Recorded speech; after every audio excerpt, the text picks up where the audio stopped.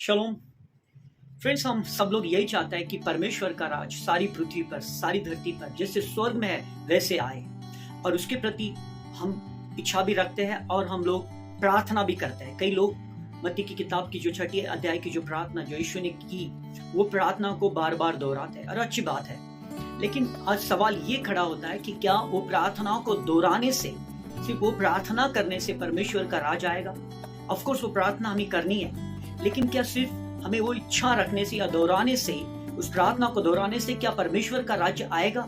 अगर ऐसा है तो फिर बाइबल हमें क्यों बार बार अलग चीजों को करने के लिए कहती है? तो इसलिए फ्रेंड्स, हमें इस बात को सोचना है, इस बात पे आज हमें ध्यान देना है कि परमेश्वर का जो गौरवी राज्य है, वो जो सामर्थी राज्य है, जैसे स्वर्ग में वैसे पृथ्वी पर है, वो राज्य को अगर हमें इस धरती पर लाना है, और ये लाना ही है, और ये परमेश्वर की इच्छा है, ये परमेश्वर की प्रार्थना है, और प्रभु ये चाहता है, और ये कोई और व्यक्ति नहीं ला सकता, ये कोई ऐरा गहरा व्यक्ति नहीं ला सकता, ये सिर्फ कलीसिया ला सकती है, ये मसीह लोग ला सकते, परमेश्वर के लोग ला सकते हैं। और वो लाने के लिए हमें सिर्फ प्रार्थना दोहराकर वो नहीं ला सकते। तो वो लाने के लिए हमें क्या करना है? सबसे पहली बात, हमें परमेश्वर के राज्य का दृष्टिकोण रखना है। पॉइंट नंबर 1, ध्यान दीजिए कि हमें परमेश्वर के राज्य का दृष्टिकोण लाना है, उसी के बारे में हमें सोचना है।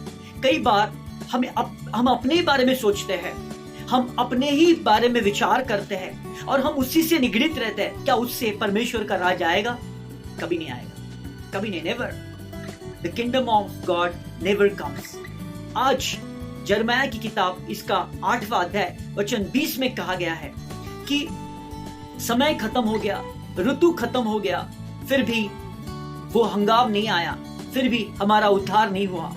फ्रेंड्स, अगर हम इंग्लिश में देखते हैं तो ऐसा लिखा है, the harvest is past and the summer is ended but still we not saved. इसका मतलब क्या है कि समय बीतता जा रहा है।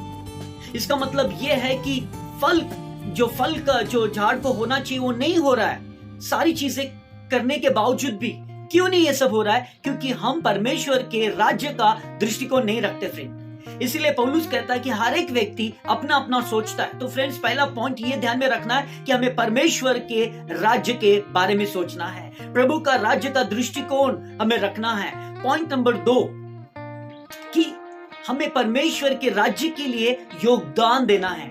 हम क्या कर सकते हैं? ऑफ कोर्स हमारी अलग अलग सेवकाई है, अलग अलग रिस्पॉन्सिबिलिटीज है, वो पूरा करके हम परमेश्वर के राज्य के लिए क्या योगदान ला सकते हैं, क्या कंट्रीब्यूशन कर सकते हैं, हम क्या कंट्रीब्यूट कर सकते हैं, हमारा योगदान क्या हो सकता है, और जो हो सकता है वो करना है।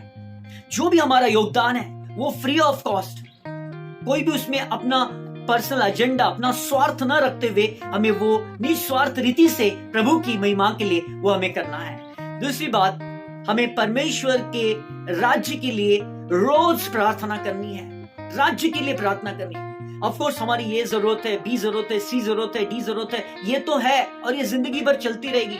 लेकिन हमें परमेश्वर के राज्य के लिए आंसू बहाने हैं, प्रभु के राज्य के लिए हमें प्रार्थनाएं करनी है, प्रभु के राज्य के लिए हमें उपवास करने। हमारी हर प्रार्थना ये परमेश्वर के राज्य से निगड़ित होनी जरूरी है।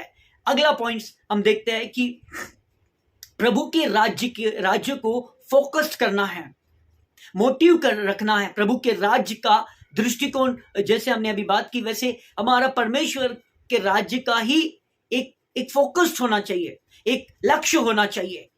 अगर वो लक्ष्य रखकर हम काम करेंगे तो ही चीजों को पूरा किया जाएगा। हम यहां पर बाण मार रहे हैं, वहां पर बाण मार रहे हैं और कोई लक्ष्य नहीं है, कोई गोल नहीं है, तो कभी भी परमेश्वर के राज्य को हम बढ़ा नहीं सकते, वो गौरवी राज्य को हम ला नहीं सकते। इसीलिए हमें लक्ष्य रखना है, प्रभु का राज ये हमारा लक्ष्य होना चाहिए। The kingdom of God has to our focused. जब हम लक्ष्य रखकर काम करेंगे, डेफिनेटली 100%, 100% परमेश्वर का राज बढ़ेगा, और जैसे स्वर्ग में वैसे पृथ्वी पर परमेश्वर का राज आएगा। उसके साथ हम देखते हैं कि हर एक व्यक्ति, अगर कई लोगों को मैं देखता हूं, उनको अपना किंगडम बनाना है और वो अपने किंगडम से निगड़ित रहकर काम करते हैं।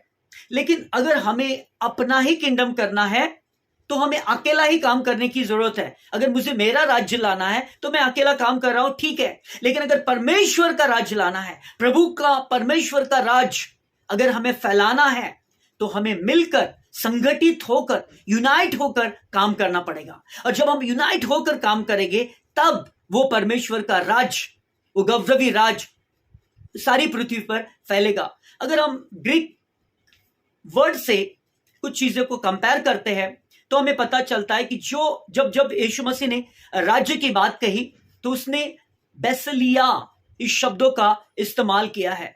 तो बेसलिया ये शब्द इस चीज से निगड़ित है कि कोई राजा है, यानी स्वर्गीय राजा है, और वो पिता परमेश्वर है, और जब उसके लोग उसकी आज्ञाओं को पालन करेंगे और उसके द्वारा आने वाली सारी ब्लेसिंग्स और उसका परिणाम राज्य, यानी कि वो लोग जो कलीसिया है वो सारे आज्ञा पालन को करेंगे और उसका परिणाम जो दिखेगा और जो उसके द्वारा जो आशीष फैलेगी, जो महिमा होगी, वो बैसलिया, यानी कि वो परमेश्वर का राज होगा। ऐसे जबरदस्ती नहीं कि किसी को जबरदस्ती चीजें करवानी है, किसी को जबरदस्ती ये करवाना है, वो करवाना, वो नहीं, बल्कि जो वो राज्य में होगा, that person will be very very blessed.